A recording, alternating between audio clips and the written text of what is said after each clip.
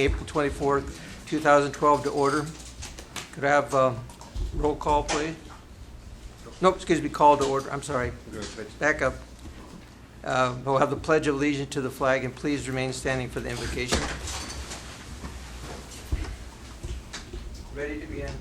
I pledge allegiance to the flag of the United States of America and to the republic for which it stands, one nation, under God, indivisible, with liberty and justice for all. Father, we thank you for this night. We just ask that you'll be with each member and just give us wisdom as we discuss the city's business, and be with the mayor as he's on his way back. We thank you that Bob is back with us again, and we just praise you and thank you in Christ's name. Amen. Amen. Could we have roll call, please? Councilmember Davis. Present. Hutchins. Present. Candia. Present. Mayor Pro Tem Martina. Present. Mayor Kate. Okay. Declaration of conflict of interest. There being none. Ceremony matters.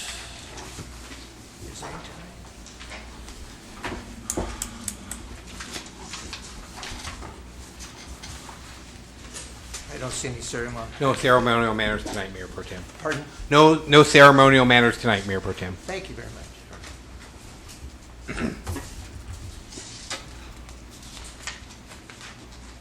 Items from the public, non-agenda items. Please come forward.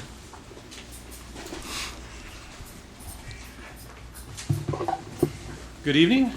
My name is Wayne Philbrick, and I am the branch manager of the Newman Public Library. And I'm here to let you know about some programs that are available at the library in the coming month of May. Story time continues, as always, Wednesday at 10 a.m.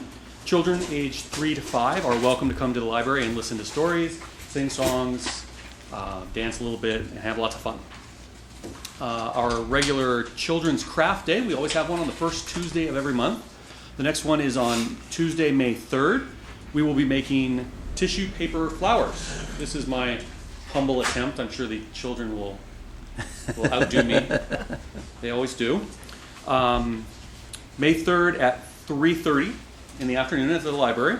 I'd like to thank the Friends of the Library, Friends of the Newman Library, for their support, as always, in helping plan these events. Mayor Caton will be reading stories on May 16th at the library at 3:30. The Mayor's Book Club is a new program to encourage early literacy and to promote the 6 fundamental skills that help children learn to read and to learn to love to read. I want to especially thank Mayor Caton for his participation in this program. These free programs are brought to you through a 1/8 cent sales tax that helps support the library. Please, everybody stop in. I would love to see you down at the library. Thank you very much. Thank you, Wayne. Appreciate that. It's always good to hear from the library. Consent calendar. A, waive all readings of ordinance and resolutions except by title. B, approval of warrants. C, approval of minutes of the April 10th, 2012 special meeting and the April 10th, 2012 regular meeting. D, adopt resolution number 2012, next number, a resolution requesting that the Board of Supervisors of Stanislaus County consolidate the City of Newman's municipal election to be held November 6, 2012, with the presidential general election to be held on the same day. Okay, go ahead. Sorry, Roberta, go ahead. I move that we approve the consent calendar as read. Second. Motion been made and second. All in favor? Aye. Motion carried. Thank you. Public hearing. There being none. Regular business, 10A, adopt resolution number 2012, next number, resolution authorizing the city manager to sign an agreement to toll the status of limitations for claims regarding property tax administration fee. Good evening, Mayor Pro Tem and members of the Newman City Council. At the end of last year, Council authorized a claim to be filed with Stanislaus County regarding their allocation of property tax administration fees. Since the year the state instituted the triple flip and VLF swap, the amount of property tax administration fees charged to our city have more than tripled, due to the method the county uses to calculate its allocation. This is currently a case pending in the Supreme Court of California between the City of Alhambra and the County of Los Angeles regarding this issue. The resolution before you tonight authorizes the city manager to sign an agreement with Stanislaus County to toll or delay the statute of limitations on our claim until the case before the Supreme Court has been decided. Happy to answer any questions you may have. Any questions? There being none.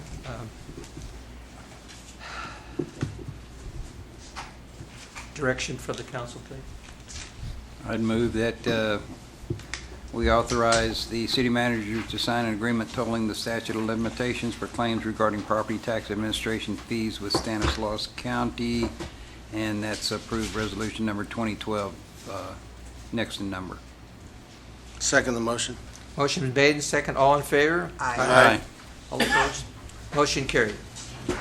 B, adopt resolution number 2012, a resolution authorizing the execution and delivery of a loan agreement and authorizing and direct certain actions in connection with the refinancing of 1982 water revenue bonds. Still Evening up. again. Okay, thanks. Rick. In 1982, the city issued water revenue bonds in the amount of $1,050,000. As part of that issuance, the city agreed to refinance the bonds when it found a loan at reasonable rates and terms. As a result of current market conditions, we have an opportunity to pay off these bonds by securing a loan at a low interest rate, and in doing so, save over $50,000 over the next 11 years. The firm arranging this deal, Brandis Tallman, also agreed to lower the cost of issuance from $2,500 to $1,000 on this opportunity as well. The loan requires no fixed assets as collateral and will be paid off on the same time schedule as our existing bonds. If you have any questions, I'm happy to answer them for you. Any questions of the council? Anytime we can save money, Lou, it's good. Yeah, yes. Thank you. Council, direction? I'll make a motion we adopt resolution number 2012, next number, a resolution authorizing the execution and delivery of a loan agreement and authorizing and directing certain actions in connection with the refinancing of the 1982 water revenue bonds. Second. Motion's been made and second. All in favor? Aye. Motion carried. Thank you. 10C, adopt resolution number 2012, next number, a resolution authorizing administrative fee schedule related to property maintenance / nuisance and business license tax fees. Evening, Mayor Pro Tem, council members. Before you tonight is the final piece to our puzzle regarding the administrative fine process for public nuisance and business tax license fees. The city adopted this resolution on March 13, 2012, allowing us to use administrative fines, and this is just setting the fines themselves. So before you tonight, you have the fine schedule listed on the back for both 8.02150 and 3.01180 of the Newman Municipal Code. Those fines would be $50 for the first offense, $100 for the second offense within 1 year, and $250 for the third offense within 1 year. I would be happy to answer any questions you may have. Any questions of the chief? If it goes beyond a year, what do we do? That's where we would take it to the misdemeanor portion of the good away from the administrative fine. If you're saying there's a fourth offense within 1 year, Or say there's a first offense, they go a year, and then there's another first offense, do we go right back? we go to right this? back to number one. Right back to number one, okay. No further questions? Could I have direction for the council, please? I move that we adopt resolution number 2010, next number, a resolution authorizing an administrative fine schedule related to property maintenance, nuisances, and business license tax fees. Second the motion.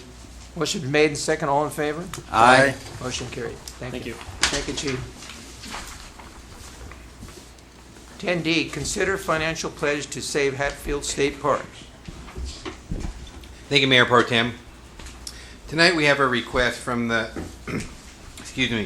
East Merced Resource Conservation District, and many of our newspaper's done a pretty good job of it, and we've talked a little bit about it at this meeting, but right now there's a proposal at the state level that's going on in the budget.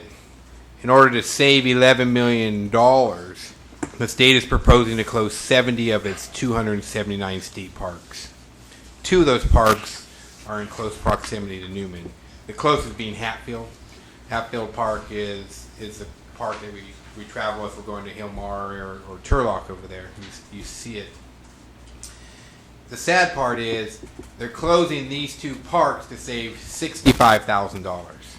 It's a travesty, if you ask me, because lots of different reasons. Our people in our community use that park for recreational opportunities. They swim in the river, they camp. You know, you see people there all the time. As part of the process, the state has contacted or put out a RFP, if you will, to see if there's any third-party concessionaires that want to come in and potentially run the site. They've also offered it up to nonprofits. If they can raise the money, the $65,000, they can save the park, and also to potentially take over that. Part of the problem in Hatfield, and I'll show you a few pictures here, is that while it's a beautiful park, you know, the tables, you know, they've been neglected by the state over the last couple of years. You know, this is, you know, an oak woodland river bottom setting here, but you know, we have restrooms in the back. Move forward. Here's a picture of the river. You know, if you were out, you know, you'd probably see like Perfecto or Chief Randy fishing in these areas, catching some big bass. This is the East Merced Resource Conservation District. They actually met on the site to talk about it, to try to raise those funds. The other park that goes along with this is Mcconnell State Park. Mcconnell is I believe on the east side of Highway 99 and closer to Delhi, and a lot of people on the east side in those communities, Delhi and Livingston, access that park pretty readily. There's a view from when you're traveling in front of it, the state park. Again, as you can see, it's a very beautiful park, and it's a tremendous resource to our residents. It's going to be sad that if the state goes ahead and moves forward with this. So the East Merced Resource Conservation District has submitted a request to the city and asking if they could pledge, have a financial pledge to help keep this open. The mayor and I have talked to our finance director. We're comfortable with the number between $2,500 and $5,000. We believe that we're going to achieve those numbers within this year's budget through cost savings and just being diligent on our spending. So I know Mr. Richard Jans, who's formerly with Stanislaus County CEO's office, is really working hard to try to generate a lot of funds. I know he's going before the Merced County Board of Supervisors to ask them for a financial contribution as well. So I'm going to ask him to step up. He's going to talk a little bit about Hatfield, McConnell, what he knows, but there's also another larger project that's looming. It's the San Joaquin River settlement that's going on. There's a big, huge $22 billion settlement. But Richard will talk a little bit about that and how those tie in together, and then we can come back and maybe have a further conversation about a pledge. So, Richard, thank you. Would you like me to? Please. And just for the record, will you please state your name and address? Good evening, Chairman and council members. My name is Richard Jans. I live on a small farm outside of Delhi. I serve on a couple of advisory councils for Merced County. I did work for Stanislaus County for a good number of years. But I'm not here representing the county or the Delhi MAC. I'm here representing an ad hoc group that got together and said, can't we do something to keep these two parks open, McConnell and Hatfield? The state came to us and, as the mayor said, here's a list of parks that we plan to close. And in terms of McConnell and Hatfield, they said it costs us $150,000 a year to operate these two parks.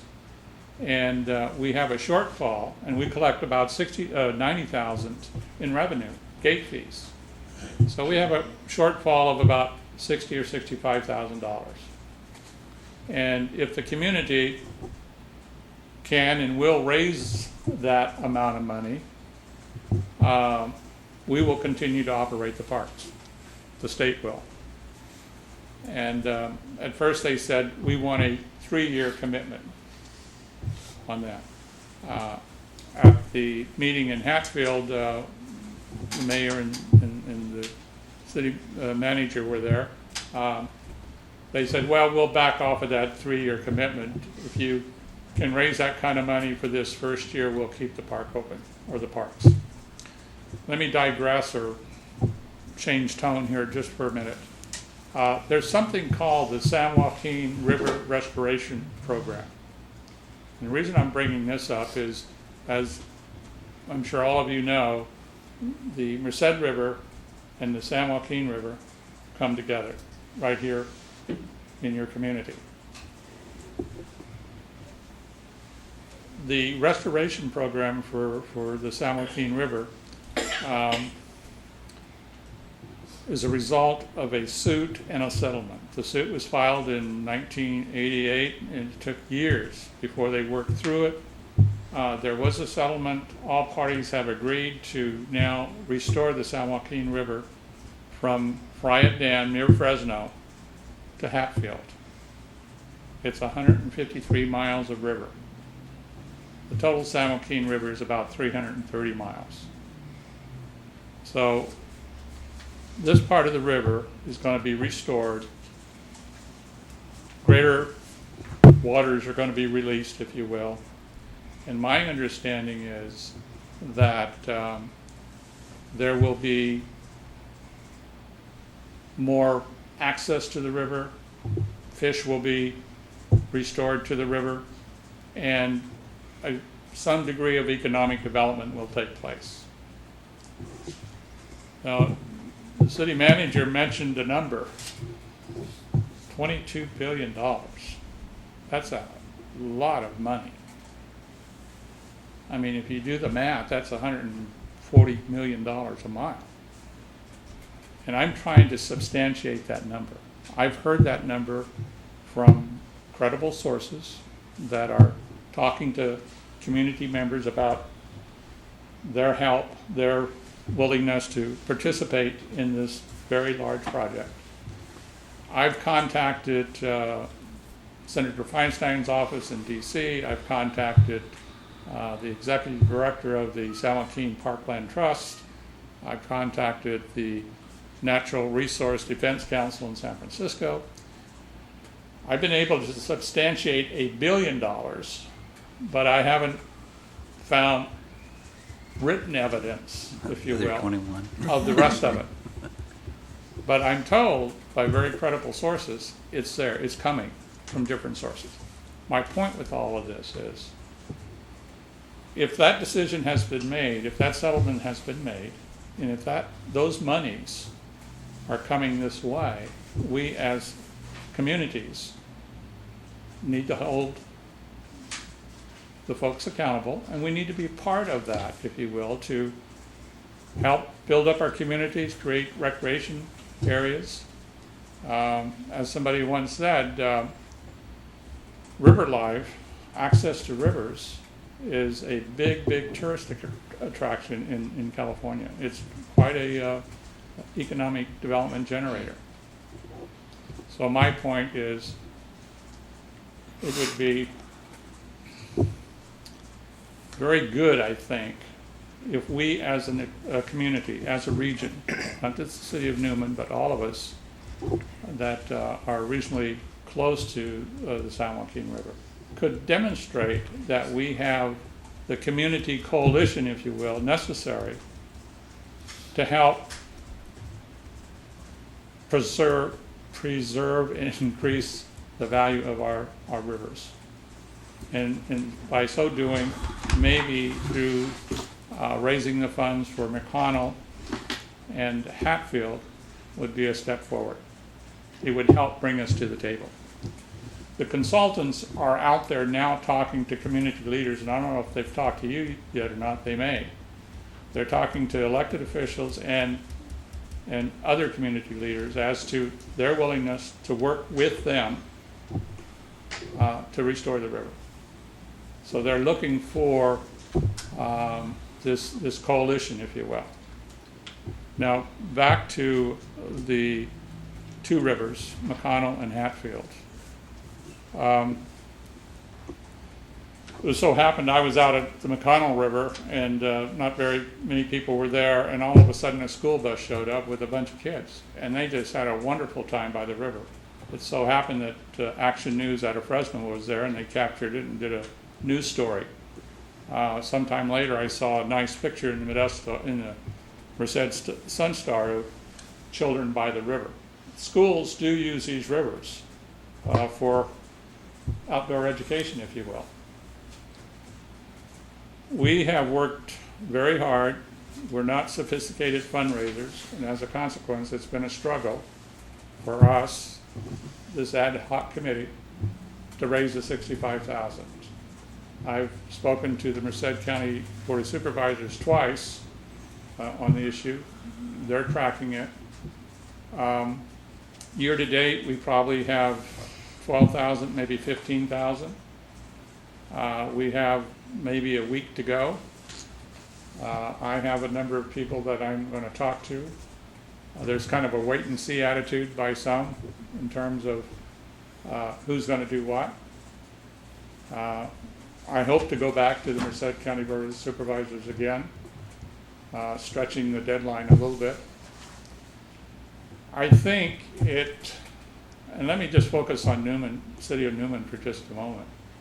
And I don't mean to pitch this too hard, but Hatfield is a wonderful park, as all of you know. It's not far from the City of Newman. And with a contribution, the state has agreed to allow naming rights for those that contribute. They said, we're not going to take the name Hatfield off, but those that do contribute can have their name at the entrance at various places in the park, et cetera, et cetera. The mayor, your mayor, and I were on a tour of the Jacob Myers Park in Riverbank. And it's amazing. That park is well run, and it grants naming rights to a number of the businesses in town and elsewhere. You go into a certain area, and I saw one table with Wells Fargo on it. Saw another table with another name on it, et cetera, et cetera, et cetera. To conclude, it's been a struggle. Like I said, we are not sophisticated fundraisers. We need more time. The state says you can't have any more time because we have to, if the money's not there, we have to be out of these parks by July the 1st, and we have to give our employees notice. So you're out of time.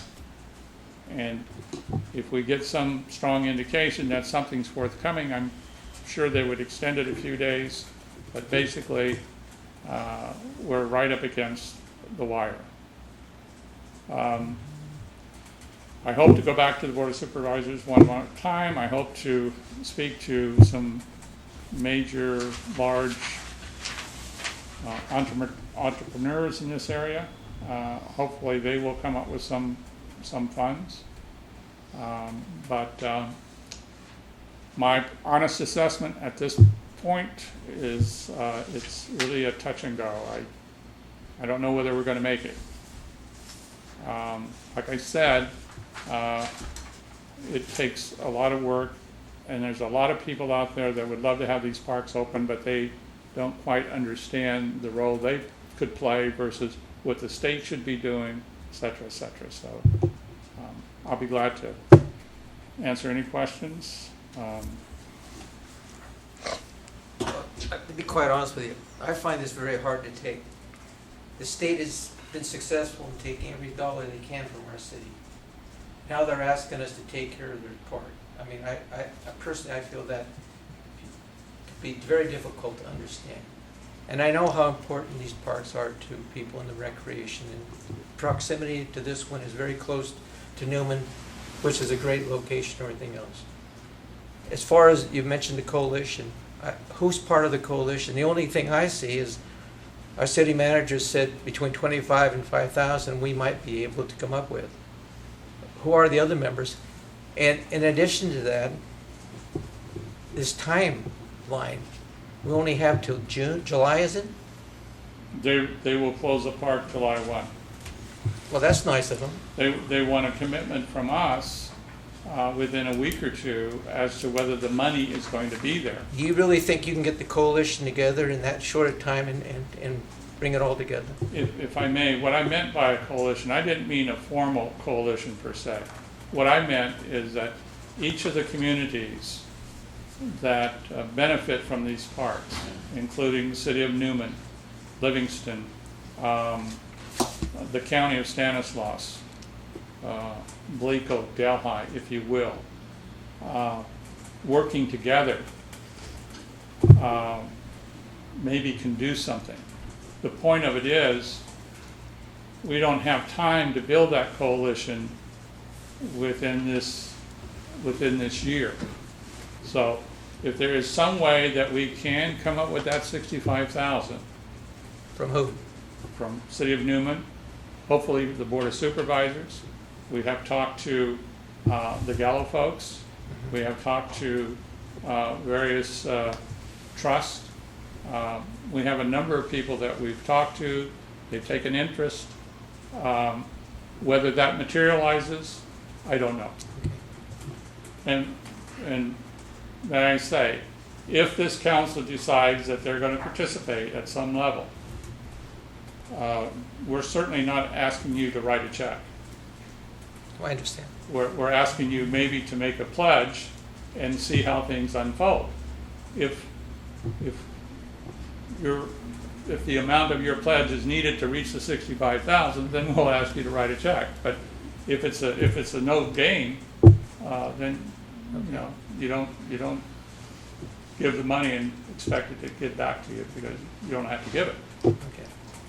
So we're working with a number of people, and how this will play out in the next 10 days maybe, I do not know. But I would like to leave here knowing what your level of interest might be. Well, I've got a couple of questions. Number one, where did they come up with, maybe you know, maybe the city manager knows, where did they come up with the $150,000? Because I know they haven't collected gate fees except on a voluntary basis at Hatfield for years. And so you can go in there and stay days and there's nobody going to say anything to you. They tend to staff it in the spring and in the summer. As you can see, they have staff there now during the days. Spring and summer is really when they staff it. Mow the lawns. Some of it's water testing, making sure that there's potable water out there and doing a few of those things. Well, I know they don't staff the gate. Well, I was out there Sunday and there was somebody out there at the gate. And, he's not sitting at the gate the whole time. He's cleaning, he's doing other things, but they've had staff out there as of recently. I guess my question is, number one, if we do come up with this money, who's going to take care of the maintenance? Is the state still going to take care of the maintenance, or is it going to be up to somebody else? It will be a state-operated park. They will continue as they are now. They will assume all liability, and they will continue to maintain the park. Part of the concern we have, if you will, and I shared this with the Merced County Sheriff today. If the state closes these parks and walks away from them, that doesn't mean that people are not going to enter the parks. And it doesn't mean that some of them may engage in deviant behavior, what have you. Who's going to be called when those things happen? Local law enforcement. So there's going to be a cost shift, I think, if these parks close. And don't want to speak at a school, but I think the sheriff agreed with me that there may be a cost shift because they're going to post their signs and they're going to walk away from them.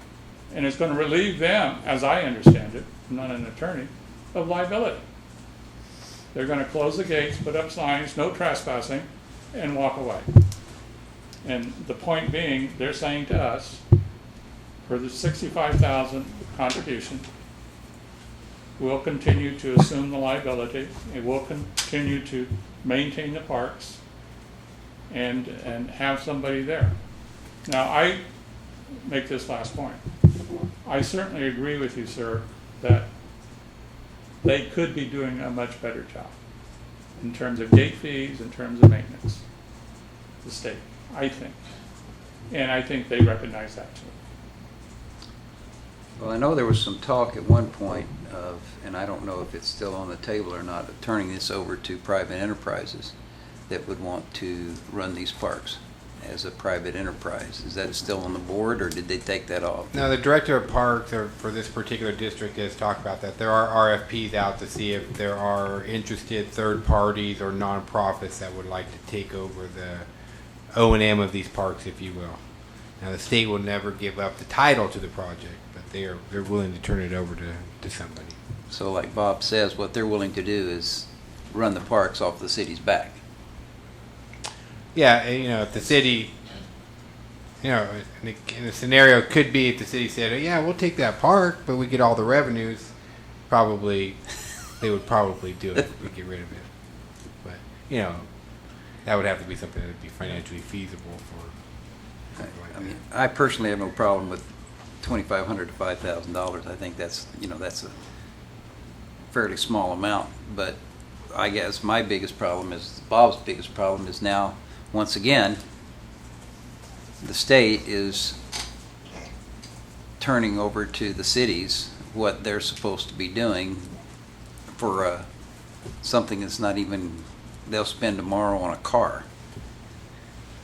And that's my biggest concern. I don't know about the rest of the council.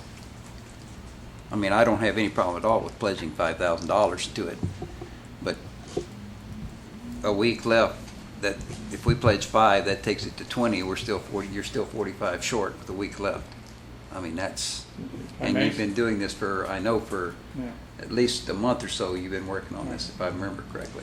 We're hoping that others will come forward. They may not. I'm not totally optimistic that they will. And in terms of your other point regarding the state, I certainly agree with you. But I want to take it a step further and say, although these are named state parks, they're really community parks. It's our community that benefits from these parks. The state certainly could do a better job, but if they're closed, it's our community that suffers. It's the families of our children in our communities that suffer. And I hope we can raise the money and keep it open, and then I hope we can work with the state and work with the communities, and this is what I meant by a coalition of communities. We can work together to improve these parks, to improve the revenues so we don't have these deficits. Well, I'll make a motion to pledge $5,000 based on, but it has to be based on, Michael, your final comment in the staff report. Yeah, and I think Richard understands that the 5,000 is contingent upon the Resource Conservation District raising enough money for the state to keep it open. Right. I second that motion. Did we have a second? I second. I'm sorry. A motion is made and seconded that we pledge $5,000 to save Hatfield State Park. All those in favor? Aye. Aye. All those opposed? Motion carried. Thank you. Thank you very much. Appreciate it.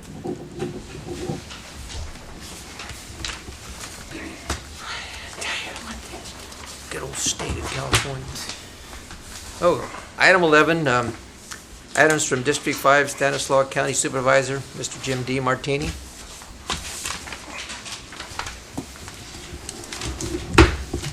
Good evening, Mayor Pro Tem Martina and council members. Good to have you back in the council, Don. Thank you. I just have two things tonight, real fast. The Healthcare Task Force, which the City of Newman is a part of, will be having its next meeting on May 10th in Patterson. We have moved the meeting location to the Del Puerto Healthcare District's boardroom, as the city council chambers are being used that night for a planning commission meeting. Everything is on track with the summit, which is August 23rd here at the West Side Theater. We have worked on a speaker, and I went to a conference, rural health conference, about a year and a half ago, and there was a really terrific speaker. I don't recall the doctor's name now, but I saved all the information about him, and he spoke on how your body reacts to sugary drinks and soft drinks and how it processes that and the problems it can cause towards obesity and diabetes. And it was a really good talk, so we've made arrangements to get that doctor in that presentation again. And what I understand from Del Puerto Healthcare District who's talked to him, he has agreed to come. So it should be a real good program, be something a little bit different. On the lines of health and fitness, but it's something more specific to your diet. And the next meeting, we will calling it our organizational meeting. We are finally I got the bylaws today revised. We went over them the last time. I know that meeting was a little dry. Anytime you go over bylaws, it's a little can be a little boring, but the task force had some question about some of the language in it, and so I went back to our attorney who's doing this for free, which you don't see attorneys doing stuff for free very often, but I got one to do it. And no offense to Mr. Hallidan, but Fred Silva, who's had a lot of experience in setting up nonprofits, so he's worked out a few of the details that we had some questions about. I think we'll have a 15-member board, and so the agendas should go out on Friday with the revised bylaws, the mission statement. And the only thing we have to do is get an accounting firm to do some financial stuff for us, and we'll be ready to submit the paperwork to the state. And as a real nonprofit, a legitimate entity, which we are not really now, we're more of a coalition of city, county, healthcare districts, business community. We've become our own entity, then we are very well able then to solicit grant funding from health organizations to do projects. So everything is coming along quite well on that. So hopefully at our next meeting on May 10th, we will pass the revised bylaws and be very close to submitting the paperwork to the state of California. And one other topic, it's come up here a few times, and it's a topic all over the county of this ag preservation policy. LAFCO will be taking up a draft agricultural preservation policy on May 23rd. It's about a month from now. I do have a copy of it with me. This is draft. It's a public hearing to take comments about how we might be able to do this. And what LAFCO staff has done is take parts of comments, actually policies from Ventura, Yolo, Napa, San Luis Obispo County, and have incorporated them into a rough draft and has sent these out for review to multiple entities so we can have the hearing on the 23rd. There will be no policy voted on that night. In fact, any type of policy that will preserve agricultural land is a ways away, if ever. It still takes 3 votes to get it to pass. And Stanislaus County has had one for about 3 or 4 years in the county areas. This one would be for the cities. And there's a lot of different ways you can do it. So if you want the policy, actually it's a draft. Make it very clear it's a draft policy that any part of it can change. And whether it passes or not is still, it's unknown. But we would like to get comments from all the cities. So it's been an issue that's been in the news and will continue to be in the news till something's done one way or another on it. And that's all I have. If you would like the policy, I'll be glad to leave a copy of it here. Okay. Thank you, That's all I Supervisor have. Thank DiMartini, you. for the update. Appreciate it. Okay. Moving on. Items from the city manager and staff. Thank you, Mayor Pro Tem. The mayor wanted me to express his apology tonight. He got stuck in traffic. He's coming back from a trip and was unable to make it tonight. So, again, he apologizes for not being here in attendance. Just want to remind people that tomorrow night, the Newman 125-year Aquatic Centennial Planning Committee meeting will be here in the chamber. It's an opportunity where we're breaking into subcommittees and committees. So if there are people out in TV land that would like to participate but not have a major role, this is a time that you can come on and be part of a committee, but not necessarily be a part of the full planning committee. So it'd be like a part-time committee. I'm just trying to entice people to come in. This Saturday is Love Newman Community Service Day. Begins at 9 a.m., but I believe it's 8 a.m. in the plaza. And then lastly, we're starting to have conversations about the new council chamber at the new building. So just a couple quick things for you, and I want to kind of get your feedback.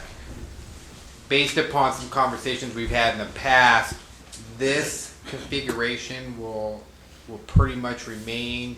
You can see how there's a small radius here, but it allows council members to look down the dais without having to see too much. You can kind of keep a good eye on people, your fellow council members, as they speak without straining too bad. So I believe I heard you say that you kind of like this setup, so we're going to go with that.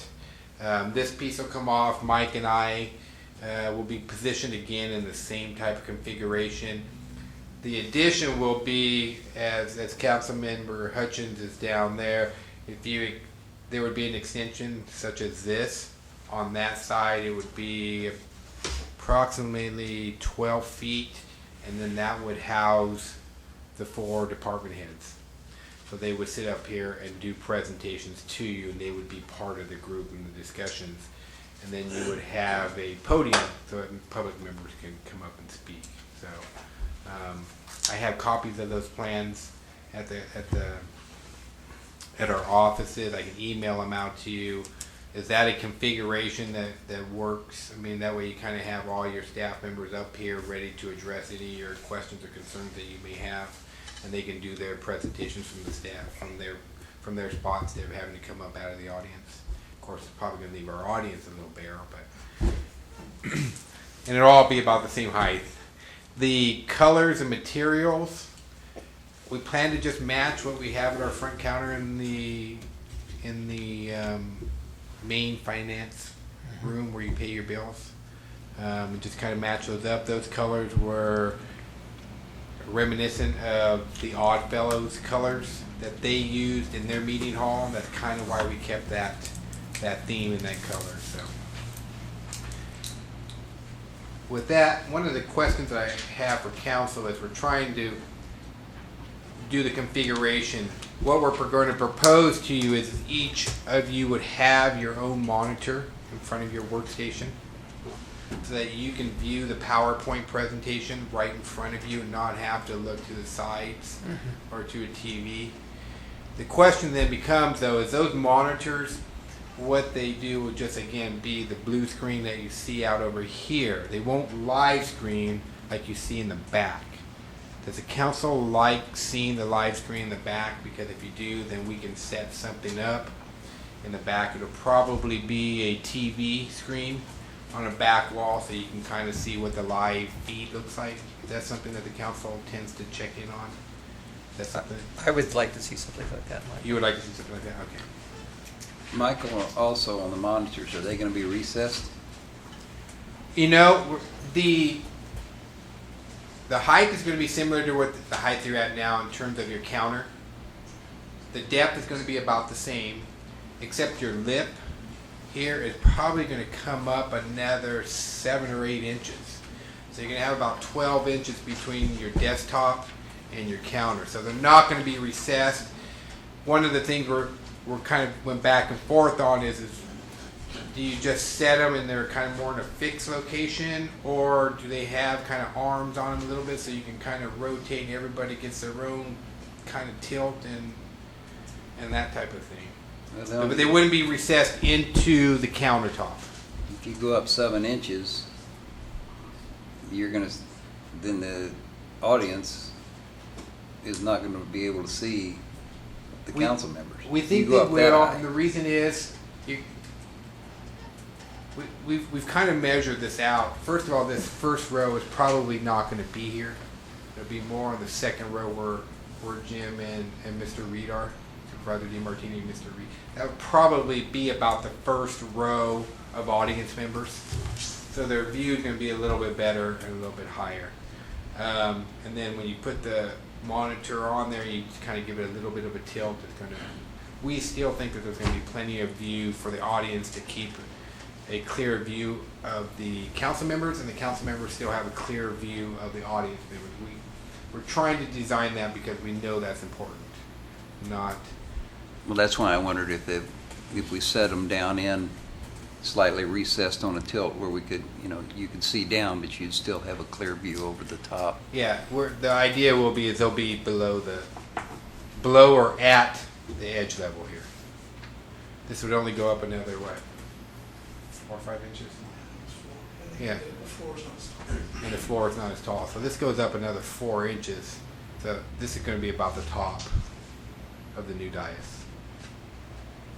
So we're taking that all into consideration. The whole goal is not to obstruct views. So, and then the monitor to kind of be on the side a little bit, not directly in front of you, so you can kind of look here but still look out and see the audience members. Trying to build in flexibility as well. When all is said and done, if you had the dais up there and you had a joint meeting, because the width here is also going to expand. This actually gets about 6 feet wider. So you're going to have in between you right now, you're gonna get another 6 feet of width between you right now, so you're not going to be as close to your neighbor as you are right now.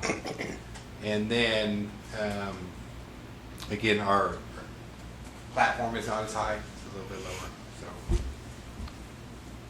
So will there still be this straight part, or will it be the dais, this part for the council, be completely curved and then go straight out from that point? This will be straight.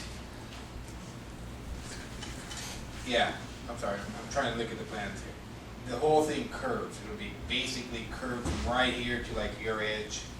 So there won't be this straight part. The straight part will be when you're going down the sides. Correct. Okay. 2 sides. Yeah. Yeah. What he was saying is you get this countertop here, and it just kind of wraps around and comes over. All one counter height on there. And then the top will be that Corian type top that we have in our current one, so when people come up to you, it kind of has like a natural stone look to it and those types of things. Also, one thing we're going to, and you don't have to make the decision now, but we're going to cost it out. We'll probably have you come back and make this decision on it. If you want electronic voting, instead of saying ayes, what it is you basically, there's 3 buttons. There's a yes, a no, and an abstain. You can push those buttons, and then when everybody votes, it pops up on the screen of what the vote is. We thought we'd cost that out. We're going to throw that out to you now to say, you don't have to say whether you like it or not, but it's just something that other communities do that we're going to provide that opportunity for you. You decide whether or not you want to move forward with that. I think one of the things also is we're going to have different plugs and outlets in front of you, but we're not planning on people bringing in, or council members bringing in their own laptop and being able to run a PowerPoint from that particular location. What we're still going to have is one centralized computer. If you want to do a PowerPoint presentation, like Councilman Hutchins goes to a lot of League of California Cities meetings, he may get some information. He may get a PowerPoint presentation from the league that he wants to share with you as a council. If we can get that ahead of time, you control it with a clicker, but it'll be on one centralized computer. There's too much activity and brain, if you will, if we have to have everybody with that individual control to do PowerPoint presentations from their particular location. That'll be difficult to achieve. And that's about it. There'll be power supplies out in front of you. So if you want to bring your laptops, if you want to bring electronics, if you need chargers or things like that, that'll all be in front of you as well as Cat cables. Cat 6 cables is probably what we'll go with. That way, if at any point in time we need to use the council chambers for an EOC, you can plug in a bunch of phones and a bunch of computers right there, and you'll be tying into our main brain or our technology center. And we can add additional microphones if we need. When you all said and done, you probably will easily be able to accommodate, well, if you think about it, we're going to have 12 people up here on a regular basis, 2 here, 6, and then 4 more, and then you have extra space, so you could probably fit 15 to 18 people for a joint meeting or a training session or something like that in there as well. Just trying to make sure that people have access to, I don't know, we're trying to talk to our technology person and see if USB is the right way, HDMI is the right way, what kind of jacks are the right jacks to go, if it's just an Ethernet cable or what. So some of the things that we're coordinating right now. So, moving forward, the whole goal again is July to have that council chamber up and moving and starting having our meetings there. So with that, I know I rambled a lot, and I apologize for that. The other last thing is we're using a projector right now. Probably going to be a TV in the back. I think the resolution's a lot better, and you can see a lot better and a lot clearer. Is there any concerns with that? We just think that that's probably a better technology to go with and allow us to move forward. So, with that, I can answer any questions, or if you have any input or things that you would like to see in the dais, please, if you don't know, can't think of them right now, please in the next week or so email me some things, and if you're interested in coming down, we have it taped out at the council chambers. You can come down and see and get a picture of what it looks like in there. Michael, I just had one question. Have we given any consideration for the press to have a location? Because so often, if this area is completely filled with people, the press doesn't have a place to sit down. And I think that some place should always be reserved for the press. We originally had something planned to go on the dais, but space-wise it was just getting full with our department heads and all that, but we plan on setting up a table expressly for the press. Okay. I think that's important. Yes. Similar to what Ms. Ocasio has in the back right now, but it would be a little bit... Because I see poor Dean back there with his laptop going like this, and he's used to it. We will have a table marked expressly for put this name local press only. Local press only. Everyone else will sit there. Yeah. Anyway, that's the only question I Just have. teasing. Okay. That's all that I had. If there's no counsels for me. What do we have? Staff. Do we have any others? Members of the staff that like to get up and don't look like that, Stephanie. Oh yeah, the grant, last one. We didn't. Unfortunately, we recently heard that, and you probably read in the newspaper, we did not get the Aquatic Center grant. Yeah. So we'll be out beating the bushes some more and continue to figure out how to get that project done. Okay. Probably going to take a collaboration of multiple organizations, maybe the county, the city, and the school district all working together. It could be an unknown district at this time, such as what something like Livermore has, which is a recreation district. We don't know, but we may have to start getting very creative to... A regional aquatic center. Anyway, I guess I see everybody shaking their head back there. Oh, very good. Please come up. Good evening, Mayor Pro Tem, City Council. Just want to announce that we started the urban tree planting project. It's through a grant, State of California Department of Forestry and Fire Protection, CAL FIRE. And it consists of 157 trees that we'll be planting. Our goal is to have them planted before at the end of the year. Of course, we plan on the spring and the fall. So through the second week of May, we'll be planting some trees, and we'll pause and then start replanting again in the fall. We'll be planting them starting in T Street, through downtown, and our parks. We will have a total of 157 trees, and that's good news. 100 trees. Any questions? Happy to answer. Does anyone have any questions? Thank you so much. Thank you. Randy, no. Okay. We'll go to council member. Don? Just a couple of things. I don't want to belabor this Hatfield State Park, but if they do come up with the 65,000, will there be a contractual arrangement with the state to at least keep it open that year? Or will they close it August the 1st and they've got the 65,000? That's a good question. I think that's a discussion that needs to continue to happen with the Resource Conservation District, the city, and the state. There are other communities and nonprofits and RCDs, Resource Conservation Districts, that have achieved their financial goal to help keep their parks open. So we have templates to work off of. Okay, good. And the only other thing I had was, do you have a copy of this LAFCO draft policy? Do I have a copy of the what? LAFCO draft policy for ag preservation? Yes, that came in the mail the other day. We will be generating comments. City managers will be talking about it at the group, as well as the city of Newman. And then we can bring that back to you on May 8th. If you like, comments are due May 11th. What I could do is... I'd just like to see a copy of it. Yeah, I'll email it to you. Okay. And then maybe it's just something we put on the agenda for discussion. I can bring my comments to you on the 8th and get a final blessing before they go off. Thank you. That's all I have. Thank you, Don. Roberta? I don't have anything tonight. Okay. Nothing tonight. And I have nothing other than it's good to be back, and looking forward to greater things for the city of Newman. So with that, I'll ask for adjournment. Motion to adjourn? Second. Motion is made, second. This council meeting is adjourned.